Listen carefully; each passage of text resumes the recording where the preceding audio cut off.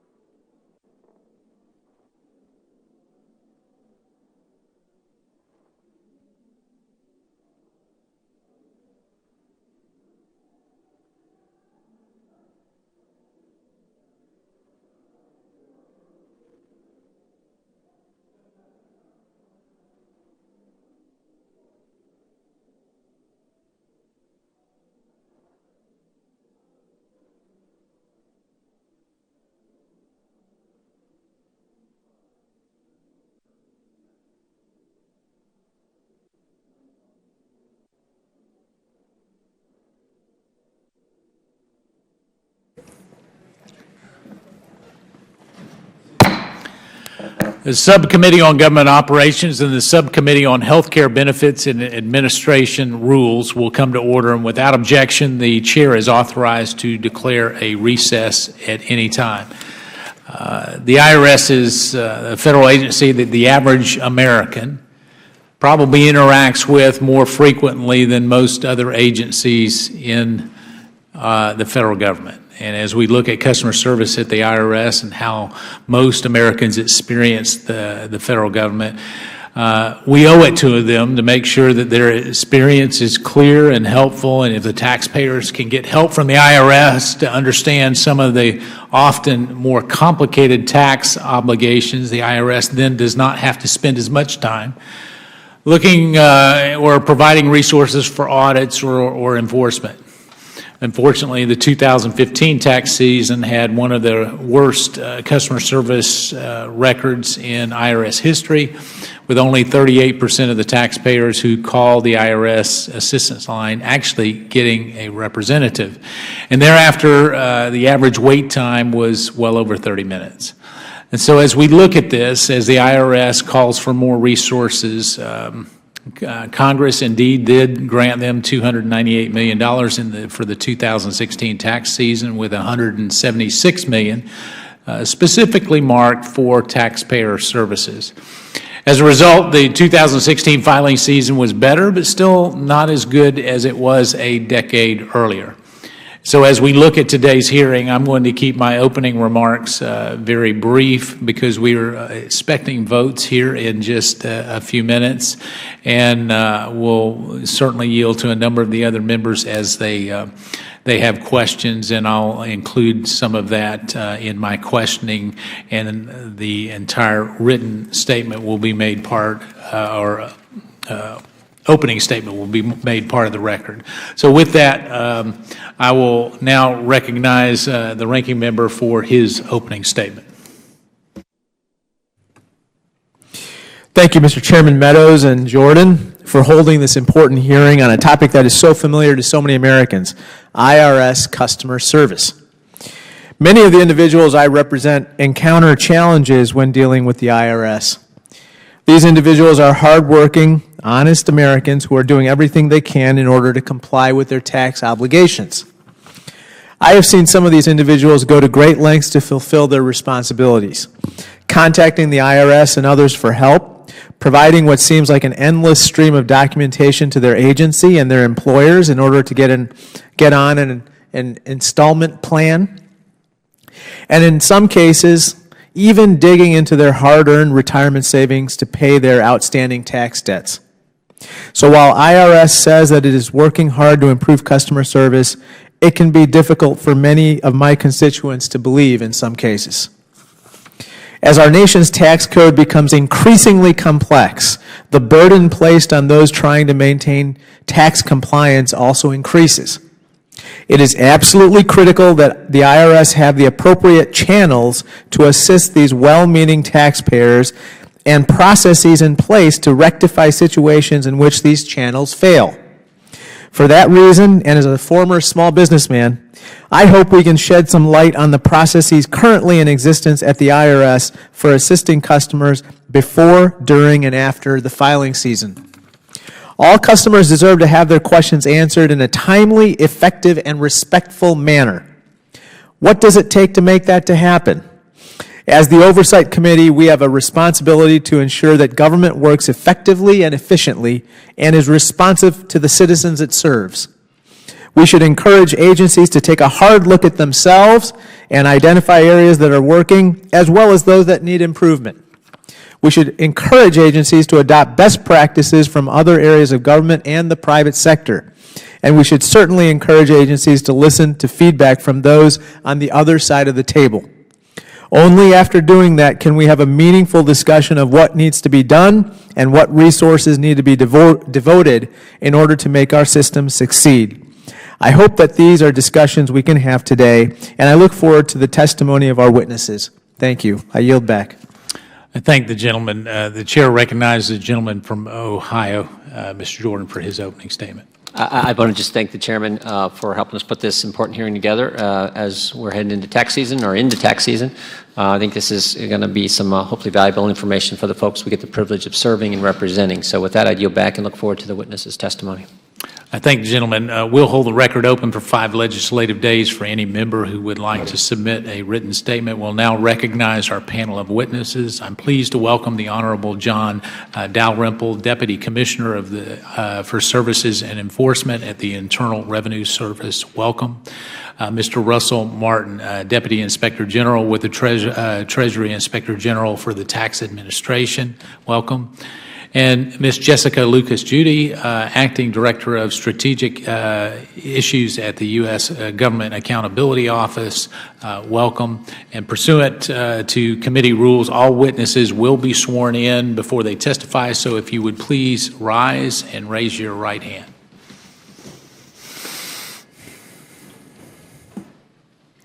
Do you solemnly swear or affirm that the testimony you're about to give will be the truth, the whole truth, and nothing but the truth, so help you God? Thank you. Please be seated and let the record reflect that all witnesses answered in the affirmative. In order to allow time for discussion, we would ask that you would please limit your oral testimony to 5 minutes, but your entire written testimony and statement will be made part of the record. And so, Mr. Dalrymple, we will recognize you for 5 minutes. Thank you. Chairman Meadows and Jordan, Ranking Member. Turn the microphone towards your mouth. Maybe just a little bit closer to you there. Yeah. Thought it was loud enough, sorry. Chairman Meadows, Jordan, and Ranking Member Krishnamurthy, and members of the subcommittees. Thank you for the opportunity to testify on IRS's taxpayer service efforts. The IRS spends a significant amount of time and resources on this part of our mission because every taxpayer contact is important to us. The most visible taxpayer service the IRS provides is the delivery of a smooth, problem-free tax filing season, so people can file their returns and receive their refunds as quickly and easily as possible. I am pleased to report that so far, the 2017 filing season has gone smoothly in terms of tax processing and the operation of our information technology systems. As of February 24th, the IRS received more than 52.3 million individual returns on the way to a total of about 152 million. We've issued more than 41.3 million refunds for more than $127 billion. The average refund so far is more than $3,000. During the filing season and throughout the year, the IRS provides assistance to taxpayers to help them meet their tax obligations. With over 150 million individual taxpayers, we realize there is no one-size-fits-all in terms of delivering service to them. We offer a mix of service channels and are always looking for ways to improve service delivery. Over many years, we've been working to expand our online service offerings because our research tells us that taxpayers increasingly prefer to interact with us through digital channels.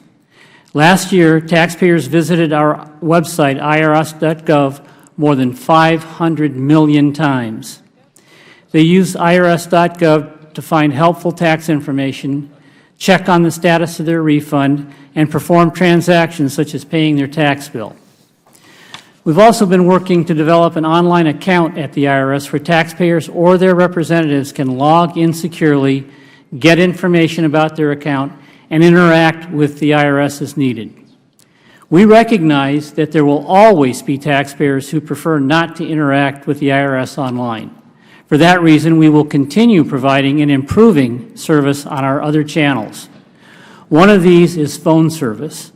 The IRS receives more than 63 million taxpayer calls a year on our toll-free lines. A very challenging year in fiscal year 2015, the level of service provided on the phones improved significantly in 2016 as a result of additional funding from Congress. I'm pleased to report that during the 2017 filing season, we are again seeing an even improved phone service. The IRS also provides in-person help to millions of taxpayers who visit our tax assistance centers, or TACs as we call them. Each of these contacts is also important to the IRS. And to cut down on long lines at our tax, the IRS in 2015 began testing the idea of letting people make appointments in advance. We extended the appointment process to all tax as of this year. Doing so has dramatically cut wait times, and we've had no reports of any lines outside tax so far this filing season. Another way the IRS provides in-person help is by supporting nearly 12,000 volunteer income tax assistance and tax counseling for the elderly sites around the country. Volunteers at these sites provide free tax preparation help to eligible individuals. Along with the service we provide on these channels, the IRS also processes nearly 8 million pieces of correspondence from taxpayers each year, and these taxpayers are also important to us. The IRS remains dedicated to improving taxpayer service across all of our channels. Chairman Meadows and Jordan, ranking members Krishnamurthy, this concludes my statement, and I'd be happy to take questions. Thank you so much for your testimony. As Murphy's Law would have it, they called votes just about the time that you started speaking, and so what we're going to do is go into recess, and for planning purposes, it will actually be subject to the call of the chair, but for those of you that may want to get a cup of coffee, if you will plan on being back here no later than 10 till 3. It may be later than that, but certainly the subcommittees stand in recess subject to the call of the chair.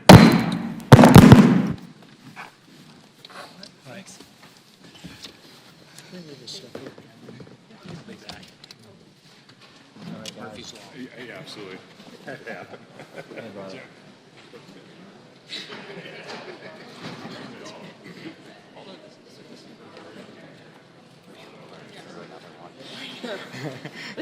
Yeah. I have an unbelievably good track record of having split hearings, so Yeah. I was just it always happens. Because we always like to test the healthcare stuff. We always usually jealous. It just always happens.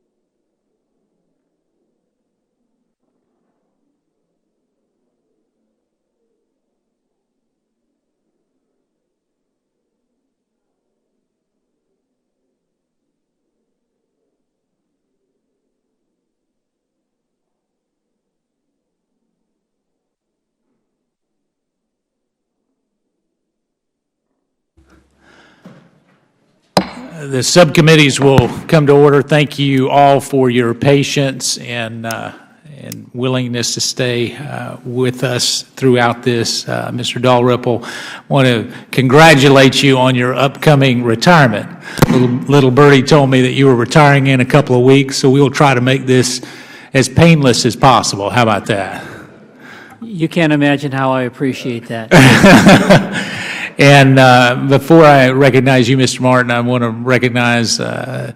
Sapp, who's here from Drake Software, a good friend and constituent from back in North Carolina, who actually deals with these kinds of issues, and so it's good to have you here as well. So, Mr. Martin, you're recognized for 5 minutes. Thank you. Chairman, ranking members, and members of the subcommittee, thank you for the opportunity to testify on IRS's efforts to provide customer service to taxpayers, including those who are victims of identity theft. For the 2017 filing season, taxpayers have multiple options to choose from when they need assistance from the IRS. Examples include the toll-free telephone lines, face-to-face assistance, the mail, self-assistance through irs.gov, and social media channels such as Twitter and Facebook. Despite other available options, taxpayers continue to use the telephone as the primary method to seek assistance from the IRS. The IRS is projecting a 75% level of service for the 2017 filing season, an increase from 72% reported for the 2016 filing season. The level of service represents the relative success rate of taxpayers who call the IRS for assistance. As of February 11, 2017, the IRS reports it answered approximately 2.5 million calls and provided an 82% level of service. Each year, millions of taxpayers also seek assistance from one of the IRS's 376 walk-in offices, known as Taxpayer Assistance Centers, or TACs. Although the IRS reports there are 376 TACs for the 2017 filing season, 24 are not open because they have not been staffed. The IRS estimates that the number of taxpayers it will assist at its tax will continue to decrease. The IRS plans to assist more than 3.4 million taxpayers at its tax in fiscal year 2017, a 22% decrease from fiscal year 2016. Taxpayers also interact with the IRS through the mail. The IRS's ability to timely process taxpayer correspondence remains a challenge. IRS management stated that the reduction in available staff is the most significant factor in not timely responding to taxpayer correspondence.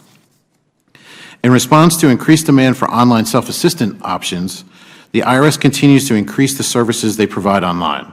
However, as we have reported, the risk of unauthorized access to tax accounts increases as the IRS expands its focus on delivering online tools. Therefore, it is critical that the methods the IRS uses to authenticate individuals' identities provide a high level of confidence that tax information and services are provided only to individuals who are entitled to receive them. Much of the IRS's ability to serve taxpayers requires staffing. Beginning in fiscal year 2015, the IRS made some resource decisions which significantly affected the level of service provided to taxpayers. This included shifting a significant portion of the user fees it collects to operations support to implement other obligations required by law. In fiscal year 2016, the IRS received $178 million in additional funding by Congress. As a result, it has increased its level of service substantially from its low of 38% in fiscal year 2015. The IRS also continues to devote significant resources to assist victims of identity theft. In July 2015, the IRS created a centralized unit to combine the skills of employees working identity theft cases in multiple functions into one directorate. This has resulted in improvements in case closure timeframes and a reduction in case closing errors. To help protect identity theft victims and improve authentication, the IRS began issuing unique identification numbers to eligible taxpayers in fiscal year 2011. The issuance of these numbers to confirmed victims of identity theft reduces IRS's resources needed to resolve identity theft cases. Specifically, this number helps the IRS verify a victim's identity at the time their tax return is filed and, as a result, not delay the processing of the taxpayer's return or issuance of their refund. However, TIGTA has identified that confirmed victims of identity theft tax accounts were not always consistently updated to ensure that these identification numbers were generated as required. This results in the need to unnecessarily use additional resources to review future tax return filings. TIGTA has reported that the trend of lower budgets and reduced staffing has affected the IRS's ability to deliver its priority program areas, including customer service and enforcement activities. The allocation of limited resources requires difficult decisions to balance customer service with enforcement activities. This ends my statement, and I look forward to your questions. Thank you, Mr. Martin. Ms. Lucas Judy. Chairman Meadows and Jordan, Ranking Members Connolly and Krishnamurthy, members of the subcommittees, thank you for this opportunity to discuss GAO's recommendation for improving IRS customer service. My statement today focuses on two areas: IRS's performance in 2016 compared to prior years, and its efforts to improve service for victims of identity theft. During the filing season, millions of taxpayers contact IRS.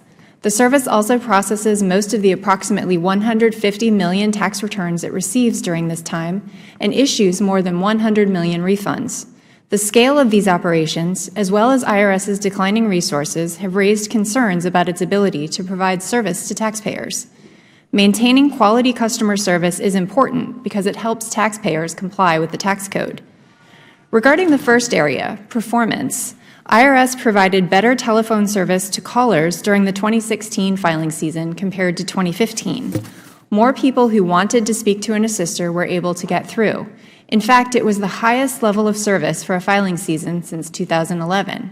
However, IRS performance during the full fiscal year remained low. In addition, wait times were much shorter than in 2015, 11 minutes rather than 23 minutes on average. Total calls where taxpayers abandoned the call, were disconnected, or received a busy signal declined about 10%. These improvements were because IRS devoted additional resources and staff to answering calls, as well as offered overtime to staff after receiving additional funding and allocating user fees. However, IRS does not make customer service information, including average wait time, easily available, such as through an online dashboard. Without this information, taxpayers are not well informed on what to expect when they're requesting services from IRS. Accordingly, we recommended that IRS display customer service standards and performance online, and the agency agreed. The second area is customer service for victims of identity theft refund fraud. IRS estimates it paid at least $2 billion in identity theft refunds in 2015. Such fraud also burdens honest taxpayers because authenticating their identities can delay processing their returns and their refunds. We found IRS has overall improved aspects of service for victims of this fraud. For example, IRS reduced its backlog of cases and began consolidating inventory and better managing its case flow. However, we did find three things that IRS could further improve. First, IRS's file retrieval and scanning processes contributed to delays and unnecessary document requests. We reviewed a sample of 16 identity theft cases, and in 2 of those cases, it had taken 6 weeks or more for IRS to retrieve and scan the requested documents, during which time the assisters closed the cases without receiving the documents. This leads to the question whether or not they were even needed. We recommended IRS review its retrieval and scanning procedures for improvements, which IRS agreed to do. Second, we found potential weaknesses in IRS's internal control processes could lead to IRS paying refunds to fraudsters. In discussion groups, IRS assisters and managers told us some assisters may release refunds, even if indicators on the account show the tax return was under review for identity theft. We recommended IRS improve its data or collect new data to monitor how and why assisters might be releasing refunds before closing these types of cases. IRS disagreed, stating that the problem was not widespread and current processes are sufficient. However, we maintain the data IRS was using had weaknesses and were not sufficient to make that determination. In response to our draft report, IRS sent us an analysis that they said showed this type of error does occur, but may not be as widespread as the discussion group participants suggested. We'll continue to work with IRS on this important issue. Finally, we found IRS does not notify taxpayers when a dependent's identity appears on a fraudulent return. By not doing so, IRS is limiting taxpayers' ability to take action to protect its dependent's identity. We recommended IRS revise notices to victims to include information such as whether dependents were claimed on the fraudulent return, and IRS agreed with this. In summary, as taxpayers file their returns for 2016, it's important that IRS ensures timely, quality service. IRS can increase transparency and accountability by implementing our recommendations to provide performance information, improve file retrieval and scanning, determine how assisters might release refunds, and notify taxpayers when dependents' identities have been used fraudulently. This concludes my prepared remarks, and I'll be happy to answer any questions that you may have. Thank you all. The chair recognizes the gentleman from Ohio, Mr. Jordan, for 5 minutes. Thank you, Mr. Chairman. Mr. Dalrymple, why has taxpayer service at the IRS been terrible?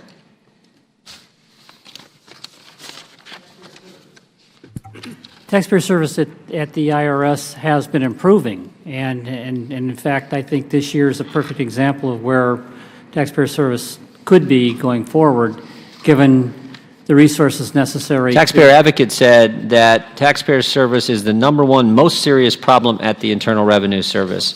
The current commissioner, someone who, frankly, I'm not a big fan of, said it was abysmal. Mr. Meadows, the chairman, indicated in his opening comments that there's 38% of the callers asking for assistance. Only 38% actually got to a representative. That was in 2015. In 2000, that's why I said, why has taxpayer service at the IRS been terrible? Well, it was clearly a resource issue, Congressman. Resource issue? Yes. Could it be your priorities were misplaced? Could that be a problem? I don't think so. I think the real issue here is how the budget actually works. You know, the IRS receives its budget in 3 specific categories: taxpayer service, enforcement, and operations support. And in order to move money from between those appropriations, it has to ask for permission from Congress to do so. And in 2015, actually, we moved $30 million from enforcement into our taxpayer service operation. So I don't think that... Did you ask, and you asked Congress for that? And we asked Congress to do that, and they allowed us to do that. Why didn't you ask for more? Why didn't you ask it more often? To offset this terrible performance where 30-minute wait times, only 38% actually talked to a representative. Your own commissioner said it was abysmal. It was abysmal. There's not enough money to go around for anything. The audit rates at the IRS have also dropped dramatically. Let's talk about, let me just give you one example of what I would argue is mismanagement of taxpayer resources at the Internal Revenue Service. You know a gentleman named Terry Milholland? He was the former CIO. He was former what? The former CIO. Chief Information Officer? Yes. Okay. And was he Chief Information Officer when the IRS targeted conservative groups? Was he functioning in that role at that time? I'm not certain when he became CIO. Yeah, between 2008 and 2016, he definitely was. Was he Chief Information Officer when Lois Lerner's hard drive crashed? I think he probably was. He was. And was he Chief Information Officer, when 422 backup tapes were destroyed at the IRS? Tapes under subpoena? I think he would have been the CIO at that time. Yeah, and was he the gentleman who issued the preservation order to not destroy those 422 backup tapes? He could have been. He definitely was. I've seen it. And did Mr. Milholland live in Washington, D.C.? I'm not sure where Mr. Milholland lived. Yeah, he lived in Texas. In fact, in 2015 alone, $55,000 was spent by Mr. Milholland, taxpayer money, for him to commute to Texas, come up here to Washington, in 30 weeks of commuting back and forth. The guy who's in charge of keeping the records, the guy who gave the preservation order that wasn't followed, backup tapes destroyed, $55,000 in $18,000 for lodging, $7,000 for meals and incidentals, $2,500 for airport parking, $1,100, for mileage and toll reimbursement, $1,500 he charged for taxi service. He probably took taxis instead of Uber. I'm not sure when Uber even began. Well, it was certainly in 2016, 2015. So maybe it's that the IRS doesn't have the priorities in the right place. You know what's streamlined critical pay authority, Mr. Dalrymple? Streamlined critical pay authority allows the IRS to be able to direct hire skilled individuals that we need to, particularly generally in our IT functions, to be able to Allows you to pay them more than they would otherwise get, right? More than the top salary allowed under the pay schedule For for us, federal yes, workers. that's correct. Yeah. Was Mr. But also, in addition to that, it allows us to directly hire them quickly, because these Okay, people have quickly. skills that So don't. you hired this guy quickly, but he couldn't move here in 8 years. He still lived in Texas, charging in 1 year alone $55,000, couldn't take Uber, took a taxi instead. Was Mr. Milholland getting critical pay? I believe he was. I know he was, right? So he was getting paid more than any other federal worker, couldn't live here. $55,000 in 1 year, hanging out the Hyatt, taking taxis, reimbursing for everything you could imagine it looks like here. And while he's the chief technology officer, the guy who's critically important, we got to pay more than we can pay anyone else in the federal government, under his watch, the chief technology officer, Lerner's hard drive crashes, 422 backup tapes are destroyed, even though he personally gave the preservation order to preserve all communications. And here's the kicker. He purchased some $12 million email archiving system that these guys at GAO said he never even implemented. $12 million just thrown down the drain. And you're telling me that it's improving and it wasn't pathetic and it wasn't terrible. You asked me about the taxpayer service activities, not about the IT organization. And by the way, they don't work for me. Was this taxpayer dollars that were used for Mr. Milholland? I assume that they would have been, of course, appropriated right? dollars. And you just told me you can ask to have money transferred and that we've already given you authority to do that in situations to actually better serve the taxpayers. All I'm saying is it could be priorities are a little out of place at the IRS, and that's contributing to the pathetic taxpayer treatment, customer service, or lack of customer service that the hardworking taxpayers of this country have been receiving. I went over time, Mr. Chairman. I appreciate the indulgence. Thank the gentleman. Chair recognizes the gentleman from Virginia, Mr. Conley, for 5 minutes. I thank the chair, and I'd A ask generous 5 minutes. thank the chair, and ask that my opening statement be entered into the record without objection. Without objection. I thank the chair. Welcome to the panel. Well, listen to my friend, Mr. Jordan, and I will say it just underscores for me why it makes sense to have the seat of government here in Washington, and limit some of this remote location for some of our key hires. Why was Mr. Milholland traveling back and forth from Texas, Ms. Lucas Judy? I really don't know what Mr. Milholland's arrangement was with the IRS. Do you know, Ms. Lucas Judy? No, I don't. Okay. Mr. Morton? No, I do not. Okay. I guess I want to shift the subject a little bit to the budget and the IT budget in particular, which you brought up, Mr. Dalrymple. Ms. Lucas Judy, how much has the IRS budget been cut net in the last 6 or 7 years? About $1 billion or more? It's been about a decline of about $900 million. I'm sorry? About $900 million since 2011, I believe. Okay, and how many, in terms of numbers of personnel, what's been the reduction or increase net? I don't have the precise figures. I'd be happy to get those to you, but I know it's the number of full-time equivalents has gone down across. Rather significantly, is it not? Yes. Do you know, Mr. Martin? I would agree. It's gone down rather, No, but I don't have a specific number. Mr. Dalrymple, do you know? I can't hear you, sir. 17,000 employees over that span. Fewer. Net. 17,000. Well, that's a number worth GAO's attention, Ms. Lucas Judy. I mean, it's not just gone down a bit. 17,000 by any account, a lot. Yes, and that is something that that GAO has noted in a number of our reports, and we are But I looking mean, at but human capital management. isn't that about 20% of the workforce? Yes. Well, that's a lot of people. And your budget's gone down almost by $1 billion.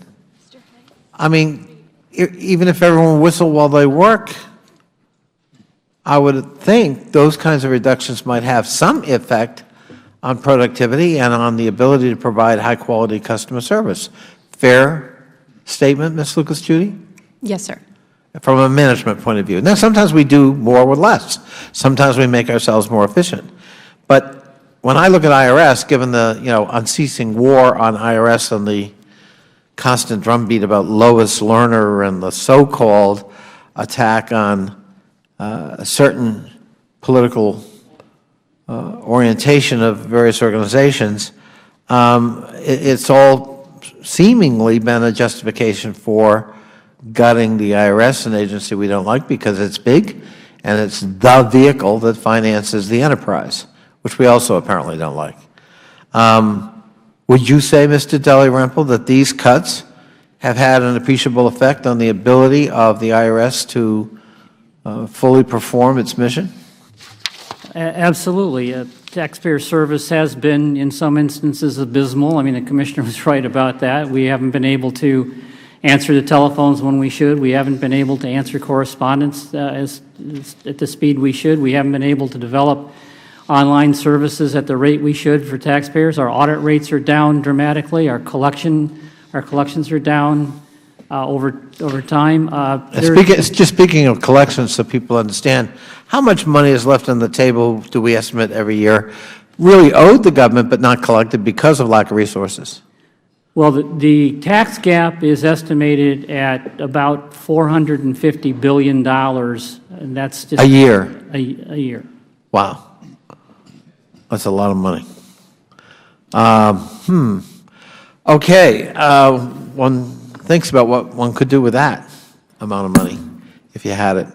And on the IT side, last time we looked at this, I want to say the average age of computers at the IRS was about 7 years. I assume it's now older. That about right, Mr. Dalrymple? I can't comment on that. I'm not familiar. Ms. Lucas, Judy, do you know? I do know that we have recommended that IRS needs to modernize a lot of its systems. Right. That would go a long way towards helping the organization. But I mean, if you're replacing computers every 7 or 8 years, that's not the industry standard. The industry standard is more like 2 to 3 years, is it not? Right, and they are relying a lot on legacy systems. Correct. And so, that's right, on top of that. So, part of the problem, what could go wrong with that? Well, a lot of hard drive crashes like that which occurred in the IRS, that was certainly the focus of hearings in this committee. Is that not correct? I have not looked at that specific instance. Well, I'm not asking about that specific instance. I'm generally saying when computers are that old, and they do become unreliable. Right, and we have problems. And the guidance in some parts of the IRS, anyhow, correct me if I'm wrong, was in order to archive material, the instructions were print and save. Ever hear of that, Mr. Dalrymple? I have, and that's astounding. And we have, what, 81,000 employees, something like that? Something in that neighborhood, Yeah. including all of the full-time folks plus temporaries, it's seasonal. Right. And we've got data on every single tax filer, which is several hundred million, right? That's correct. So what could go wrong with that? So at the very least, hopefully, we here in Congress, if we're concerned about customer service, if we're concerned about the very issues that have been cited, maybe we could make a smart investment in IT to make the IRS more efficient, doing more with less, and we can close that gap of the amount of money owed but not collected, my shorthand, that obviously could make an appreciable difference in financing other investments, including the new President's Defense Initiative, which is $54 billion, a small part of the $450 billion you referred to. So with that, I yield back. Thank you, Mr. Chairman. Mr. Martin, just real quick, my good friend Virginia said this so-called targeting. When TIGTA did its report, did it use the term so-called, or did it say targeting took place at the IRS? We said inappropriate criteria was used. Okay, I appreciate that. I appreciate that. The gentleman from Georgia is recognized. Thank you, Mr. Chairman. Mr. Dalrymple, let me just go with you. I'm shocked, actually not shocked. I think probably all of us have experienced these kind of statistics with the IRS, but in 2015, less than 10% of the callers whose returns were flagged as suspicious for possible identity theft. Less than 10% were able to get through an IRS helpline. What is that number now? Well, our levels of service right now on our helplines is right around 80%. We're scheduling about 75% for this filing season and about 70% overall. More than 60% could not get through the National Taxpayer Advocate phone line. That is the safety net. What is that figure now? I have no idea what it is. Yeah, in 2015, IRS received more calls than ever. Is that true? Yes, and the reason for that's true is because people call back over and over if they can't get through. Okay, well, it doesn't matter to me what the reason is, but they received more calls than ever and answered fewer calls. That's correct. Than ever.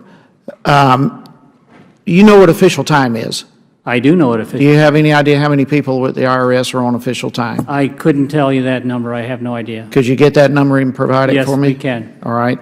I would like it divided in those that are 100% Sure. versus those that are part-time. Absolutely. Thank you for that.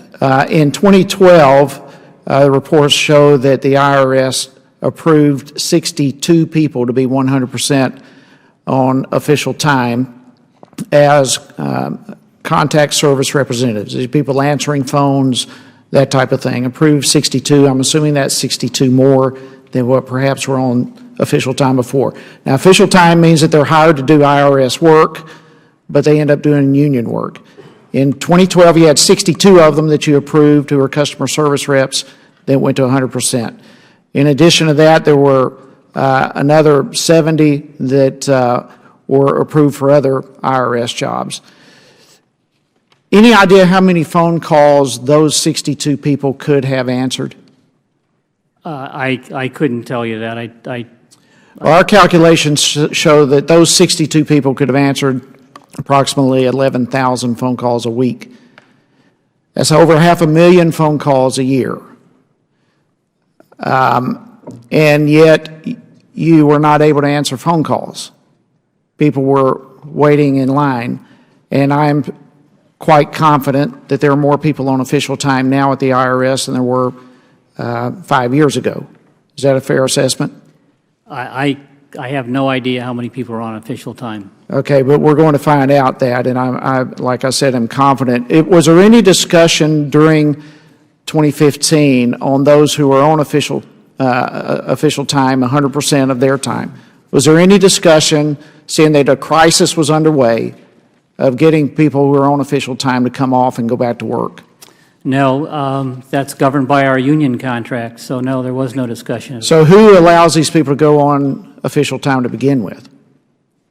Well, if they're in a specific position with the union that allows for them to be on 100% official time, that's governed by our union contract. So you have no say-so, no one at the IRS has any say-so whatsoever as to how many people are on official time? They have to justify their official time based on the amount of time that they're expected. And you're not able to justify your reason for them not to be on official time because you have a crisis with people not being able to get in to the IRS. I have to say I'm not familiar enough with the union contract to be able to say that we couldn't move them to work status. So far as you know, there is no mechanism in place for the IRS to retrieve people who are on official time to come back to work.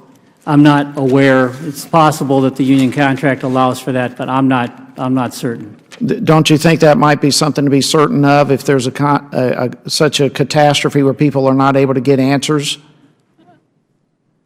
I think that it's probably something I should know, but I don't. I think it probably is too. I've just got a couple of seconds left. You know, we hear of these kind of issues over and over, and the IRS has come before this Congress's committee over and over, and always the answer is we need more resources. Mm-hmm. I am absolutely convinced the IRS does not need, you don't have a resource problem, you have a waste problem. Mm-hmm. You've got people right there who were hired to do the job, who are going off doing union work rather than the job for which they were paid to do. That seems awfully wasteful to me on the backs of taxpayers and on the backs of people who need answers. to their tax returns. Mr. Chairman, I yield back. Thank you. Thank the gentleman. We now recognize the gentleman from Illinois for his 5 minutes of questioning. Thank you, Mr. Chairman. Mr. Dalrymple, after your experience here, are you still planning to retire in 2 weeks? If not earlier. Well, in any case, thank you all for coming today. I know this is not a. I think it's always useful to have a feedback loop, and obviously this hearing is part of that process. Look, as a former small business owner, I too have struggled to consistently obtain quality, timely customer service from the agency. I don't think this is just merely 1 or 2 data points. I think there are a lot of people who have struggled at times. But I hope and believe that you want to do your best to improve the level of service there. One question I have is, does the IRS survey taxpayers to better understand, their concerns? And if so, how does that process work? We do survey taxpayers, and on a fairly regular basis. We survey taxpayers individually. We survey practitioners. So we do a fair amount of survey work and have for quite some time. And in fact, that is how we have focused our whole view of what the future of the IRS should look like in the work that we're doing. So we know what taxpayers want and need and how they want to get that information, et cetera. We have that information available to us. But do you do the survey, or do you have third parties do these surveys? We get them through surveys we do ourselves. We get them through surveys that are done for us. So we have multiple ways of getting that information and data. And these percentages that you folks quote, the 70, 80%, and so forth, who actually complete? How's that percentage computed? It's a model that we've agreed with our auditors on in terms of how it is calculated. Goes back almost 20 years, and so yeah, it's a model that we use. We know exactly what our demand is, how many people try to get in, how many people weren't able to get in, how many people got cut off, et cetera. All that goes into the level of service number that I've mentioned. Right. Let me just suggest that perhaps you folks may want to take another look at this model of how you survey taxpayers to determine what's really underlying their concerns. What's working, what's not working, and with regard to what's working, learning from those best practices. What's not working, we have to kind of deal with it. And I know from personal experience as a former small business owner, as well as people that I've worked with, there's just a kind of a, how do I say it, kind of a frustration that they're not being heard sometimes.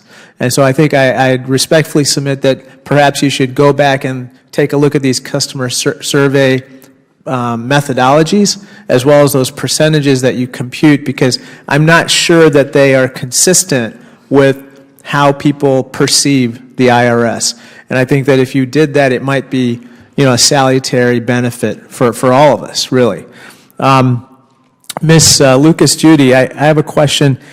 Do you folks kind of try to get a sense of what are the best practices of the IRS and, how to learn from them? One of the things you were talking about, the customer service and looking at surveys and models, one of the things that we've recommended for a long time that IRS do is compare its phone service with best in the business. Right, and right. try to do some sort of benchmarking. Right. Initially, when we made that recommendation, IRS didn't agree with it. They thought that, okay, they're the only ones who provide that kind of service. Right. And there's nobody really comparable out there to look at. But I'm pleased to say that in working with IRS over the last couple of years on this, they've come around and decided that it actually would be worthwhile to do a benchmarking study. And in fact, they completed the study, and we're reviewing it now to try to see because you can never get to 100%. You would love to be able to answer 100% of the calls, never have anybody get a busy signal, but that's not realistic. And so we were hoping that they could look at what other industries do to figure out what is a good level of service, what is a good target to strive for. Yeah, I think it's really important to borrow from what we learn in the private sector about benchmarking against the best practices out there for customer service and just generally, how do you handle such a large volume of calls and make sure that people are treated fairly, with respect, with dignity, and responsiveness. And so if you leave with anything today, I would just respectfully submit that there has to be a bigger emphasis on that going forward, because at this time, I mean, given how people perceive government and the IRS, we can't afford for them to their trust to further erode. And so I'd respectfully, request you folks to really take a hard look at this and do some soul searching on this. Thank you. I yield back. Gentleman from Michigan is recognized. Thank you. And Mr. Dalrymple, first let me wish you well in your retirement. I hope it goes well for you, sir. Let me ask you, in 2016, Commissioner Koskinen testified that, as he computed, the return on investment for enforcement operations was roughly $4 for every dollar spent on enforcement. Can you enlighten the committee as to how that calculation was made? Because I understand that the number was thrown out there, but there's no description of how that calculation was, that return on investment was calculated. Actually, I'd be happy to get the calculation and submit it back to the record. I can't describe it specifically, but basically, let me give you some general.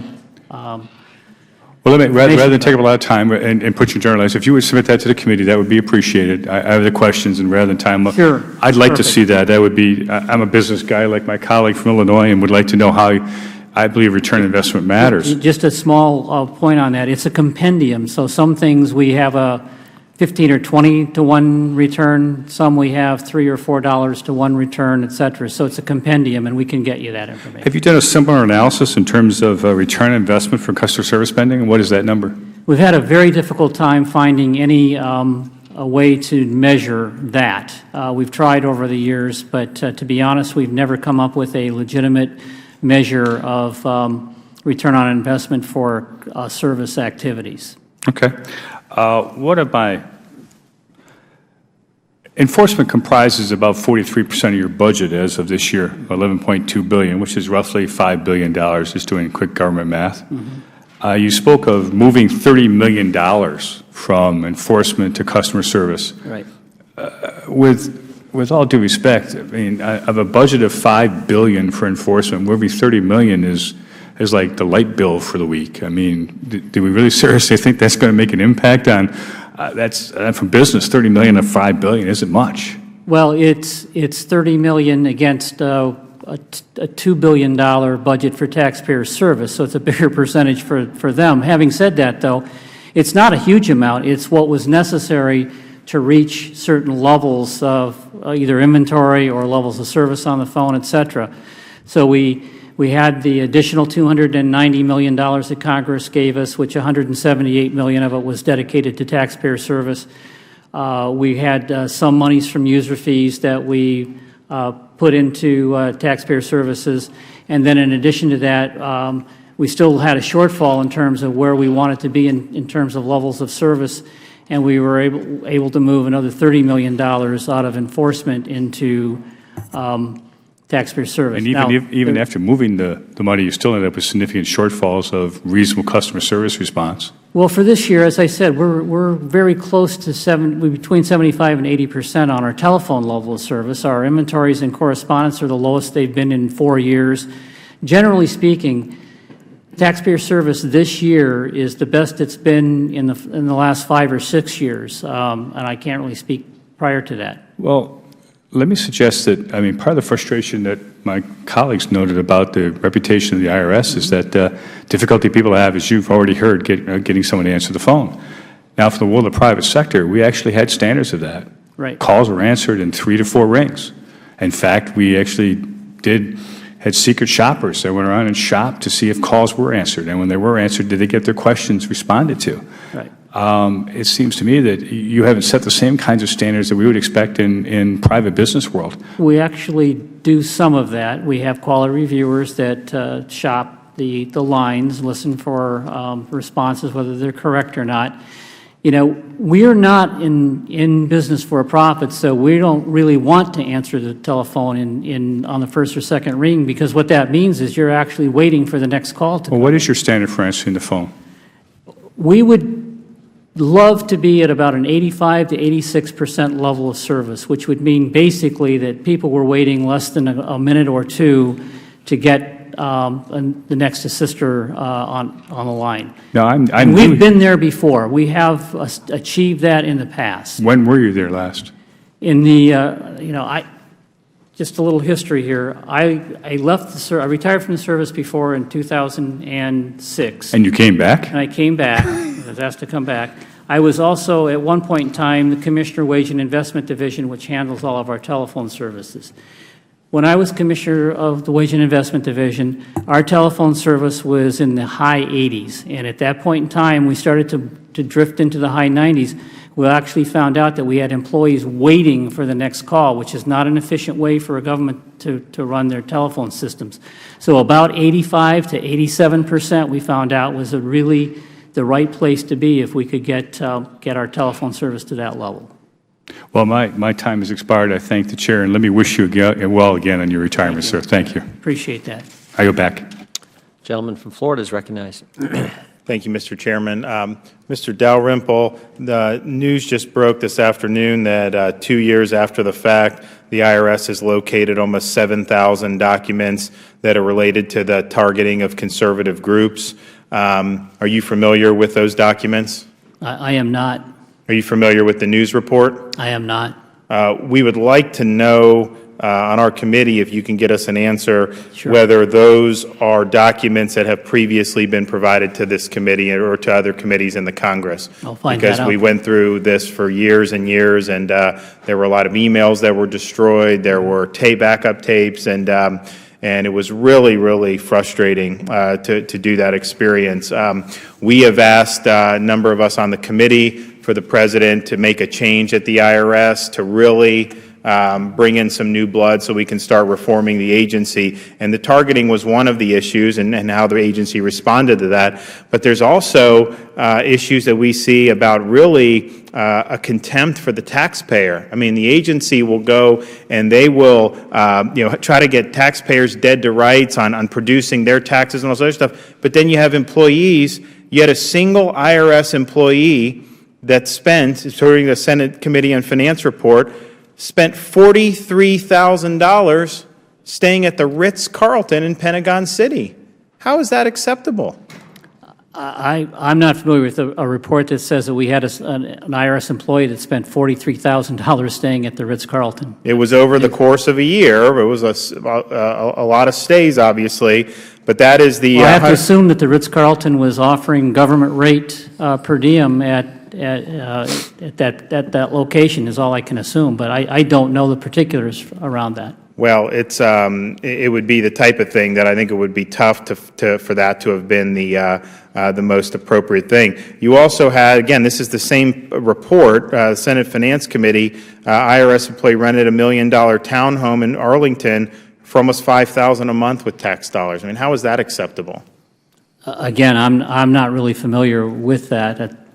Okay, well, this is I think frustrating for us, and I know there's a lot of taxpayers that they don't feel that they always get the benefit of the doubt from the IRS. Mm-hmm. In fact, when Congress reduced the budget for the IRS in response to the targeting, there was a major drop-off in customer service. It was very difficult for the people, the taxpayers, to get through. So the bureaucracy was really not affected. It was all put on the taxpayer. And you had people that really couldn't get their questions answered, and that obviously has a lot of effects for our economy and for their well-being. Let me, Ms. Lucas, Judy, let me ask you this. What are the metrics that the IRS uses to assess customer service, to measure it? The primary one is the one we've been talking about, the telephone level of service, but they also For correspondence, for paper correspondence, they track the percentage, the backlog, they track the percentage that are what they call over age, so those that are 45 days or older. They track the traffic to the different services that they provide online, as well as... Does it track whether people are satisfied with their level of service? That, I think, would be a question that I would defer to Mr. Dalrymple. Actually, we do. We survey every taxpayer that we have contact with on a satisfaction survey. So the answer is yes, we do. Okay, and so you keep what percentage? Do you know what percentage of callers are satisfied? Actually, the number is quite high. So, but I don't know what it is off the top of my head. But I could get that for you. Okay. Now, did we satisfactorily answer your question? Is that kind of the way you go about it in terms of customer service? It's a series of questions that try to get at how satisfied the taxpayer was with the interaction that they had. Ms. Lucas, Judy, what are the GAO recommendations, if any, are there other metrics that can be used so that the IRS can better understand the issue with customer service? Well, we've made a number of recommendations, including that they have a comprehensive customer service strategy to help them determine overall among telephones, correspondence, walk-in, online, what they're looking for ideally and what's the most efficient, most effective way to get to that. We've also made recommendations that they have other metrics for correspondence, that they include performance targets for their correspondence. And in addition, we've got some recommendations. We've made some suggestions to Congress that would help IRS as well in terms of having authority to adjust or correct math errors that they see. Great. My time is up. Mr. Chairman, these emails, we need the answers on those emails and see, were they responsive to us, then not provided, have they? And they may have been provided because this is in a context of a FOIA suit with Judicial Watch, but even within the context of that FOIA suit, this is 2 years late where they said they didn't have them and now all of a sudden they're producing them. And so that obviously is troubling. I yield back. Well said. I thank the gentleman for that. Raising that issue and the others. Do you need congressional authority to move user fee dollars around, Mr. Dalrymple? No, that authority was granted to us back in the 90s to be able to use that. You can use it wherever you want. You can use it on customer service. Yes. Yeah. Did you focus it on customer service, or were some of those user fees moved over to implement the Affordable Care Act? We did have to use user fees for the Affordable Care Act, FATCA, the FAST Act, the PATH Act, the HCTC. We've had a number. But of those acts, which one would you use more? Which one was probably the bigger hurdle, or the one that required most of the user fee dollars? Would it be the Affordable Care Act? It would be a guess for me to answer that. I can find out. Well, give me your best guess. You've worked there a few years. I would have guessed it would have been the ACA. Yeah, so would I. So would I. So that could have contributed to the terrible customer service that taxpayers were receiving. You mentioned earlier that that's a legislated mandate. No, I understand. You understand. Okay. Yeah. The ability to use the user fees or the ACA or both? Both. Right. I understand that. But the ACA is one I didn't vote for. In fact, I didn't vote for the user fee, the ability to move the user fees, because I wasn't here. I appreciate that. Okay. You mentioned earlier that the budget has been reduced at the IRS, and that as a result of that, there are 17,000 less people working at the IRS. Is that accurate? That's accurate. Okay. I mean, that's reflecting your testimony in an accurate way, I think. What time frame are you talking about, that 17,000? I believe that's between 2010 and 2016. And that 17,000 were because you received fewer dollars in your budget. Were those people let go? Were they fired? Were they dismissed? Most of them were either have retired and not hired behind, or we didn't bring as many temporary or seasonal employees on, because that's. So no one was actually told to hit the road? There was no RIF, if that's what you're asking. That's exactly what I'm asking. No, not to my knowledge. Again, Okay. I didn't report back to the IRS until 2013, but I don't believe there was a RIF. So people retired, you just didn't rehire? That's right. Okay. Or hire people that would have come back from a seasonal job. So that is a bit different. If you're a seasonal employee with us, we don't have to offer your season back to you in an instances. No, I understand. You probably hire a few more people at tax season than other times of the year, I'm guessing. A lot more, yes. Right. I get that. Okay. I'm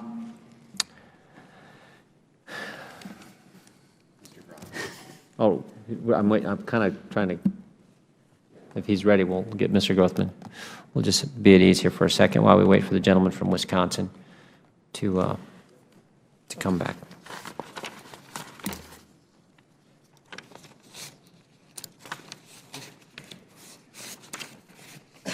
Is Glenn coming?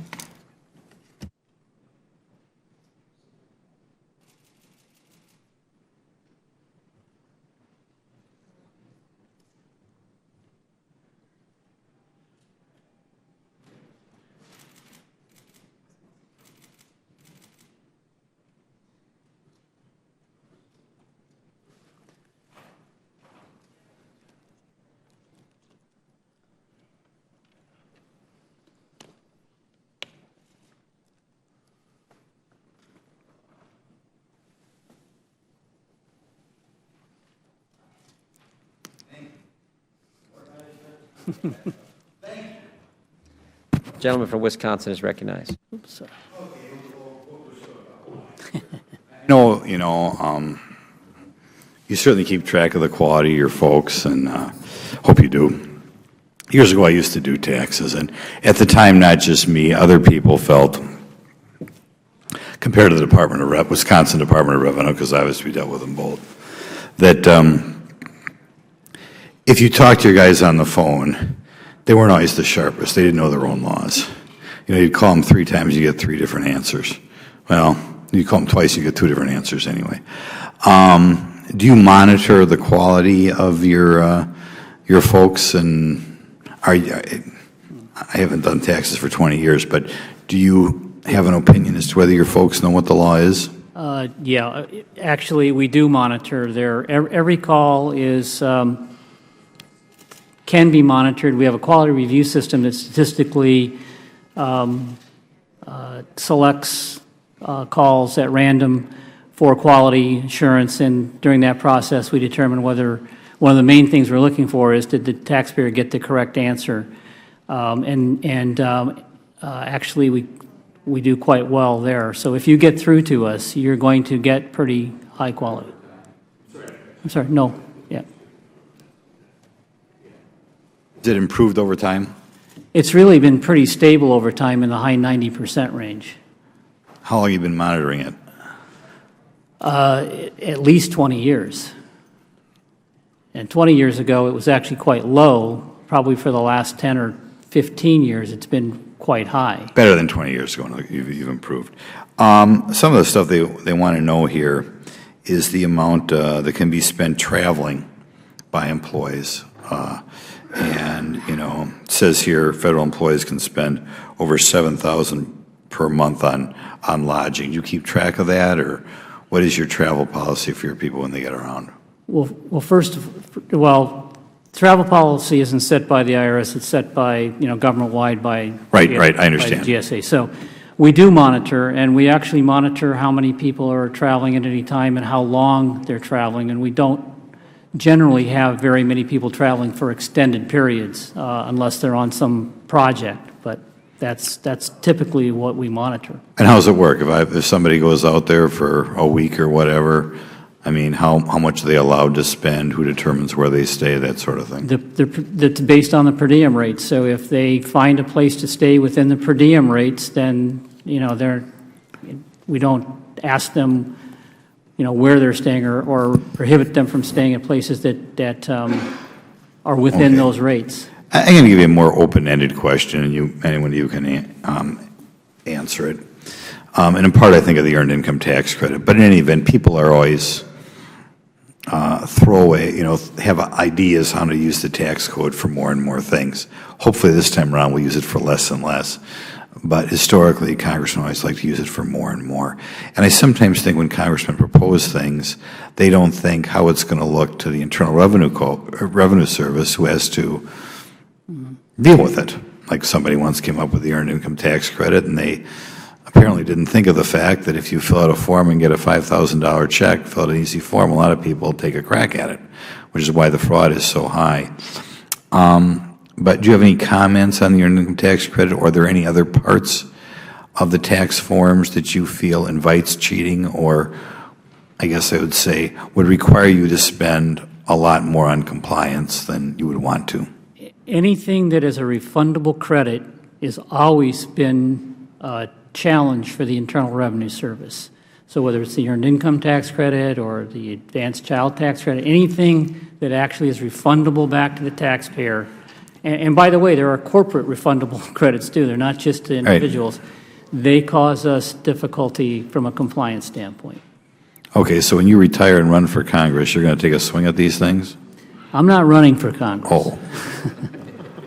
But you would take a swing at these things? I don't know that I'd take a swing at them because, there are reasons for them, I understand, but from a tax standpoint... From a compliance standpoint, they require a lot of your resources, and the reason they require a lot of your resources is they invite fraud, right? They invite confusion and fraud, both. The GAO has reported that EITC does have a very high improper payment rate, and part of the reason for that is the complexity of the credit itself. It's also self-reported. Right. It would be easy if one wanted to cheat, to try to cheat, right? That's one of the reasons I think that IRS does audit a lot of audits of EITC returns. What happens when you find somebody has gotten a few $1,000s they shouldn't get? Well, what we try to do is actually find out that before they get the money back. So we do most of those audits that we refer to are pre-refund audits. We do over 300,000 of those every year. So we're stopping the refund from going out on the front end. It's very, very unlikely to get an EITC refund back if it's given to a taxpayer. Once it's out, it's gone, huh? It's very difficult to get it back at that point. Did you ever try to do anything with those people? I'm sorry? Did you ever try to do anything with those people? I mean, if it's very apparent that somebody is claiming a credit they shouldn't get, does anything happen to the people who do that? Well, actually, we bar them from getting the credit then afterwards. The other thing that would be incredibly helpful would be to have correctable error authority around earned income tax credit because we have to do examinations on all of these. If we had correctable error authority, the process would be much easier to stop the refunds when we saw them. What does that mean, correctable error authority? It means that when it's an obvious error on the return, we can actually reverse the credit that's being asked for as opposed to having to do a full examination to be able to stop the credit. Okay, I know my chairman is indulging me, but I love this committee. That's good. I'll give you one more question. Can you one more question? You sure can. If there's one business, refundable business tax credit, or one corporate tax credit, refundable credit that you feel is prone to be given erroneously, what would it be? If there's something comes to mind, I mean, you mentioned it's not just earned income tax credit, they're business credits too. I can't think of one off the top of my head, but I'd be happy to come back to you. Yeah, think of some so we can. Yeah, and how many of the EITCs percentage-wise that you guys review do you think are fraudulent or erroneous? I should put it that way. Yeah, because the point that my colleague from the GAO made is this is an incredibly complex law for a very unsophisticated group of taxpayers, and so a lot of the mistakes made are not necessarily fraudulent. They are honest mistakes. And then the other thing that you've got here are not normal nuclear families, so determining who has the the ability to claim the dependent, et cetera. All those things are incredibly difficult in this environment. You're a nice man, Mr. Dalrymple, but I think you're naive. I think they do it on purpose, but... Yeah, I don't know that many people would call me that, but I appreciate that, actually. You're a nice guy, as we say. Okay, thank you much. Let the record show the gentleman kept us waiting and still got 8 minutes of questioning. Let me thank our witnesses, and Mr. Dalrymple, we want to wish you the best in your retirement. Thank you for being here on this important subject and for the important work that you do in uncovering what's been happening at the IRS. I would ask unanimous consent that members have 5 legislative days to submit questions for the record. Without objection, so ordered. Subcommittee stand adjourned. Thank you.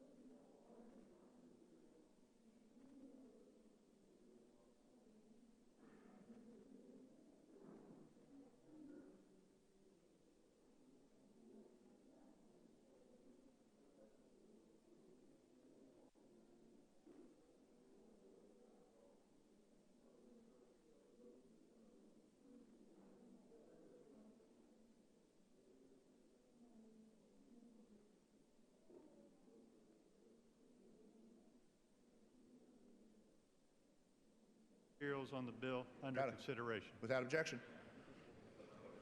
I yield myself such time as I might consume. Gentleman's recognized. H.R. 132, sponsored by Congressman Tom Cole of Oklahoma, conveys 2 buildings and 2 acres of land of federal Arbuckle project to the Arbuckle Master Conservancy District, Oklahoma. The district has operated and maintained the project for decades and completed repayment of the capital costs for the project in 2012. While non-controversial, legislation is necessary in order to facilitate this and other Bureau reclamation titles transfers. Under current law, these buildings and land remain in federal ownership until legislation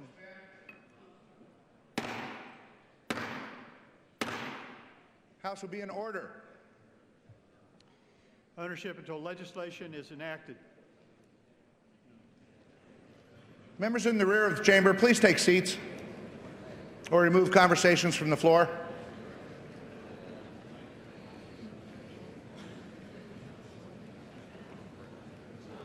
Gentleman from Florida. Until legislation is enacted to transfer the title of to the district. Mr. Cole's bill achieves this objective. This title transfer is a win-win for the district and for the federal government. The district will no longer be subject to certain federal paperwork requirements, and the federal government will be relieved of all future liability and financial responsibilities associated with these facilities and land. I urge the adoption of this measure, which overwhelmingly passed the House as a bipartisan basis in last Congress, and reserve the balance of my time. Gentleman reserves the balance of his time. Gentleman from California. Mr. Speaker, I yield myself such time as I may consume. Gentleman's recognized.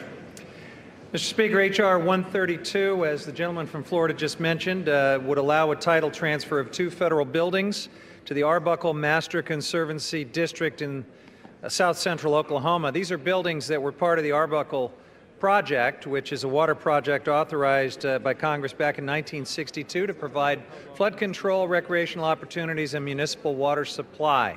Nearly all the facilities within this project were already transferred to the Arbuckle Master Conservancy District in 2012 after the district finished repaying what it owed the federal government for construction. However, due to some overly narrow language in the legislation authorizing this project, 2 buildings within the project have yet.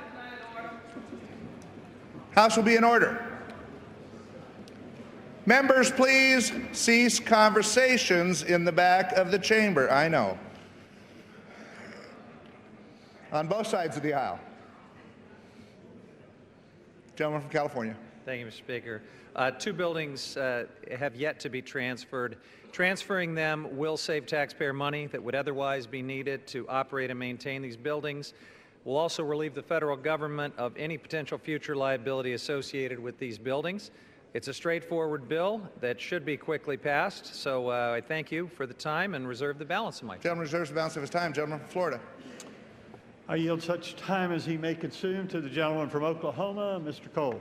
Gentleman from Oklahoma is recognized. Thank you, Mr. Speaker. I want to thank my good friend for yielding. And before I begin my prepared remarks, I had no idea there was such interest in the Arbuckle watershed.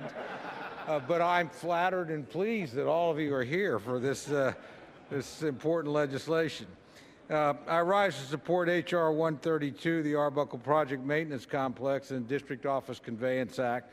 This bill is straightforward. As been mentioned, it's a land conveyance which has both federal and local support. I'd like to remind my colleagues this legislation was passed in the 114th Congress on December 7, 2016 by a vote of 412 to 1, but clearly it was so good you guys wanted it back again. H.R. 132 would authorize the Secretary of the Interior to convey certain lands and buildings of the Arbuckle Project in Murray County, Oklahoma, to the Arbuckle Master Conservatory District. In 1962, Congress authorized the payment of reimbursable costs for construction, operation, and maintenance of Bureau of Reclamation's Arbuckle Master Conservatory District in south central Oklahoma. The district completed repayment of the capital cost of the project in September of 2012. In accordance with the Bureau of Reclamation's policy framework for this title transfer, in December 2014, the Bureau of Reclamation and the district executed an agreement to transfer and fee title certain facilities that could be more effectively and efficiently managed at the local level.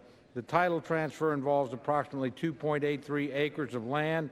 On this land is a small house, associated structures, and the Conservatory District's headquarters office building. The house and property are used to accommodate a district employee who maintains and inspects the dam and the pumping facilities. Headquarters office building is the base of operation for the district. This district also divests the federal government of its responsibility and liability associated with the district's facilities.